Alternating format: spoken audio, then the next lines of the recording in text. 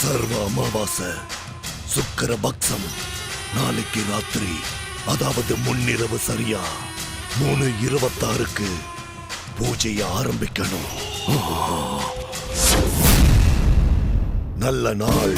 ஆரம்பிச்சிடலாம் சுவாமி. 2 கோழியோட படையலை முடிச்சிட்டு 3வது படையல் உன் பையன் கையால செய்ய வச்சிடுவோமா? பையன் அதெல்லாம் செய்ய மாட்டானே. ஏன்? சின்ன வயசுல செஞ்சானே. அப்பெல்லாம் விவரம் தெரியாத வயசு சுவாமி. செஞ்சான். இப்பெல்லாம் கேள்வி கேட்கறான். ஆமா, ஏற்பாடு பண்ண சுனந்தாவ நமக்கு கிடைக்காம பண்றதுக்கு பணி போர்னு சொல்லுவாங்கல்ல, அந்த மாதிரி ஒண்ண பண்ணிக்கிட்டு இருக்கோம் சுவாமி. அந்த பொண்ணு நரபலிக்கு கிடைப்பால? கண்டிப்பா கிடைப்பா சுவாமி. ஜாக்கிரத, அவ அபூர்வ ஜாதக பொண்ணு, தொலைச்சிடாத.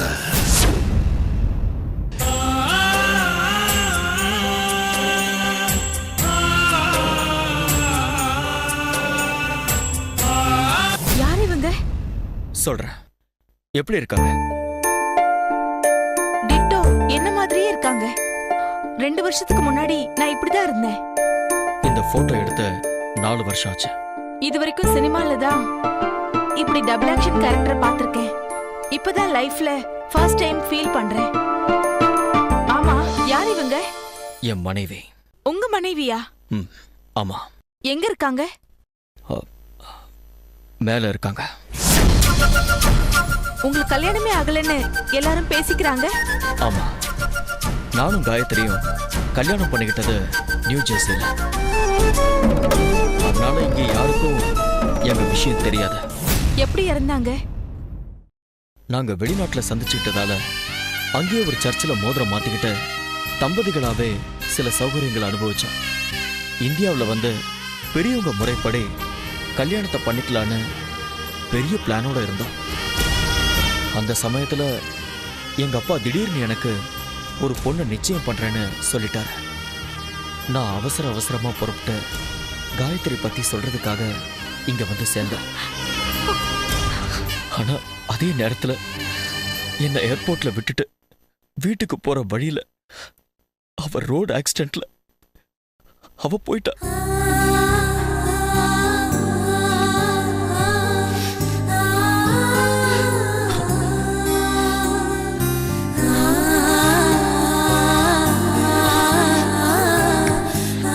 சாரி, புதுசா வேலைக்கு சேர வந்த உங்ககிட்ட நான் என்னோட கஷ்டத்தை எல்லாம் சொல்லிட்டு இருக்கேன். ஐயோ, என்ன சார் நீங்க? பாவம் காயத்ரி.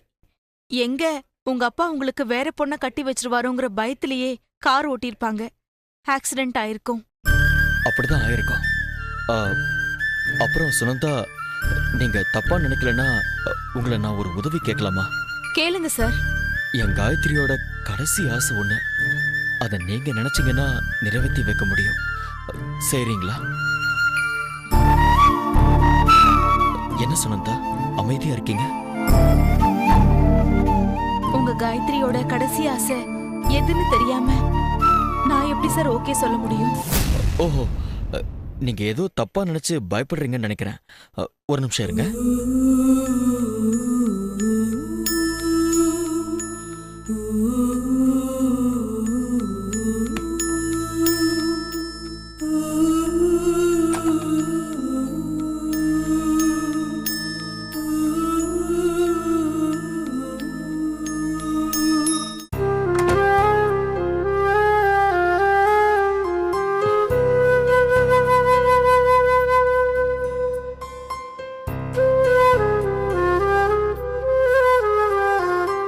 இது எங்க கல்யாணத்துக்காக நாங்க எடுத்த சாரி.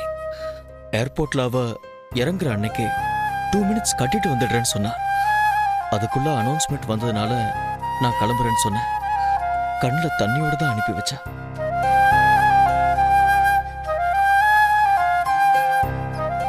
இந்த சாரிய அவ கட்டி நான் பார்க்கணும்னு அவ ரொம்ப ஆசைப்பட்டா. தயவு செஞ்சு ஒரே ஒரு வாட்டி இந்த சாரியை கட்டிக்கிட்டு வாங்கள ப்ளீஸ்.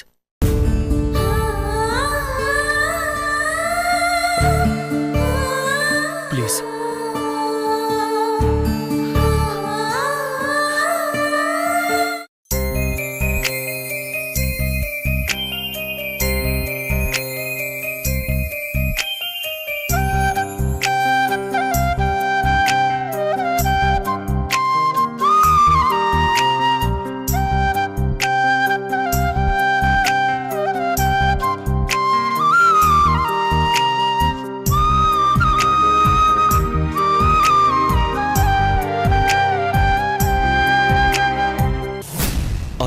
இருக்கீங்க சுனந்தா. நான் ஒரு போட்டோ எடுத்துக்கிட்டுமா?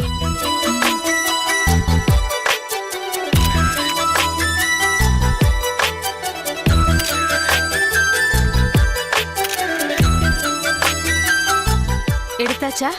அ, ஆ, ஆ, நான் போய் இந்த புடவையை மாத்திட்டு வந்துடுறேன். ஓ, ஒரு நிமிஷம் சுனந்தா, ப்ளீஸ். இந்த புடவை உங்களுக்கு பொருத்தமா இருக்கு. காயத்ரி போனதுக்கு அப்புறம் இது இவ்வளோ நாளா நான் பீரோல தான் பூட்டி வச்சிருந்தேன். எனக்கு தேவையான போட்டோ எனக்கு கிடைச்சிருச்சு. இந்த சாரியை நீங்களே வச்சுக்கோங்களேன். ஐயோ, அதெல்லாம் வேண்டாம் சார், தப்பாயிடும். உங்க சேலரியில நான் கொஞ்சம் கொஞ்சமா பிடிச்சுக்கிறேன். இருக்கட்டும். இல்ல சார், அது ஹலோ, எப்போ? ஐயோ, அப்படியா?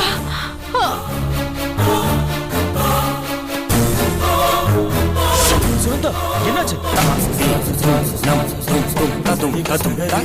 சுனந்தா, சுனந்தா, என்னாச்சு? சுனந்தா, சுனந்தா.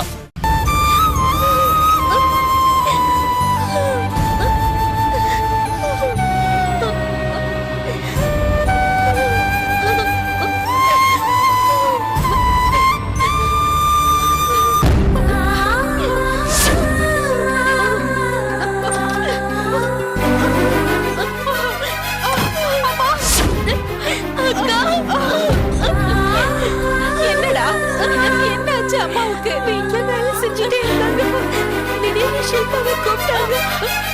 பார்த்தா உடம்பெல்லாம் வேர்த்து இருந்தது. என்னமான்னு கேட்டேன், அவ்வளவுதான் மயங்கிட்டாங்க. டாக்டர்ஸ் என்ன சொன்னாங்க? Mild attack. ஐயோ கடவுளே, அக்கா அக்கா அழகா. ஜோதி எங்க? அவ காலேஜ் பிரின்சிபல் யாரோ ஒருத்தர் வந்தாரு. அவருக்கு விஷயம் தெரிஞ்சு பணம் தரேன்னு சொன்னாரு. ஹாஸ்பிட்டல் செலவு காங்குமேனு போயிருக்கா. இங்க சுனந்தா யாரு? நான் தான். உங்களை தேடி போலீஸ் வந்திருக்காங்க. போலீஸா? ஆமா. எதுக்குக்கா போலீஸ் வந்திருக்காங்க? தெரியலம்மா, நான் விசாரிச்சுட்டு வரேன். நீ அம்மா கிட்டயே இரு. சரிக்கா.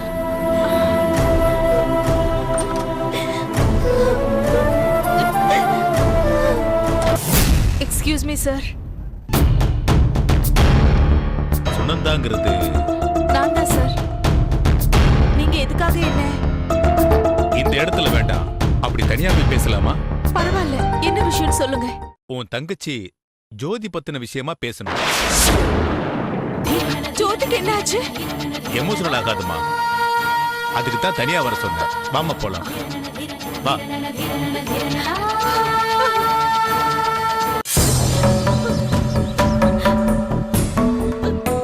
சார், என்ன சார் ஆச்சு என்னோட தங்கச்சிக்கு?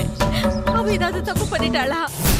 அவ தப்பு பண்ண போய் தான் இப்ப நான் உன்னை கூப்பிட்டு விசாரிக்க வேண்டியது இருக்கு. சார், அவ என்ன பண்ணா? அப்படி என்ன அவ தப்பு பண்ணிட்டான்னு கேக்குறியா? ஆமா சார்.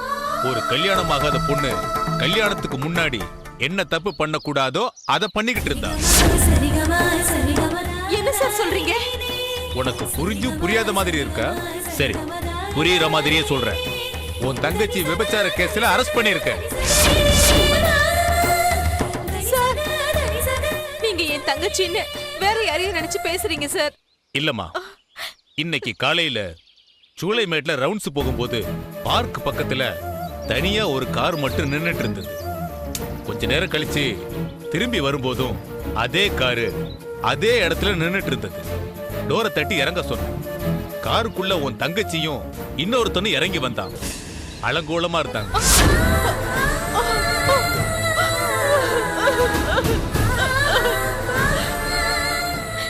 சார், இப்ப அவங்க எங்க இருக்காங்க சார்?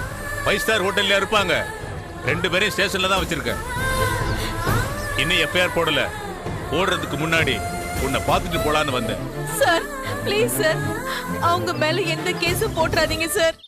நான் என்னன்னு விசாரிச்சு கண்டிச்சு வைக்கிறேன் சார். படிக்கிற பொண்ணு சார் அவ. இத பாருமா, நீ அவளை கண்டிப்பியா இல்ல தண்டிப்பியான்லாம் எனக்கு தெரியாது. இப்ப நடந்த தப்புக்கு என்ன பதில் சொல்ற? எனக்கு தெரியலையே சார், நான் என்ன பண்ணணும்? நல்லா கேட்டம்மா. கேஸ் இல்லாம உன் தங்கச்சிய பத்திரமா வெளியே விடுறதுக்கு எவ்வளவு பணம் தருவ சொல்லு. சார் நீங்க நினைக்கிற மாதிரி எல்லாம் நாங்க பெரிய பணக்காரங்க எல்லாம் கிடையாது சார். அதெல்லாம் எனக்கு வேண்டாமா. உன் தங்கச்சி விஷயத்த யாருக்கு தெரியாம முடிக்கிறேன். 1 லட்சம் ரூபாய் கொடுத்துரு. 1 லட்சமா? ஆமா, சார் சத்தியமா என்கிட்ட அவ்வளவு பணம் எல்லாம் இல்ல சார். எல்லார்கிட்டயும் பணம் கையிலயா இருக்கும்? யாருக்கிட்ட போய் நின்னா பணம் கிடைக்கும்னு யோசி. சார் அனாவசியமா பேசாத. யாருக்கிட்ட உதவி கேட்டா பணம் கிடைக்கும்னு யோசி. 1 மணி நேரம் கழிச்சு வர்றேன். பணத்தை வாங்கி வச்சிரு, வர்றேன்.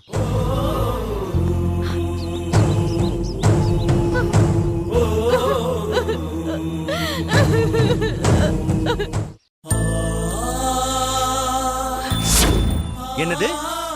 எங்க ஸ்டேஷன் பேரை சொல்லி உங்ககிட்ட வந்து ஒரு போலீஸ்கார் 1 லட்சம் ரூபாய் கேட்டாரா? ஆமா சார்.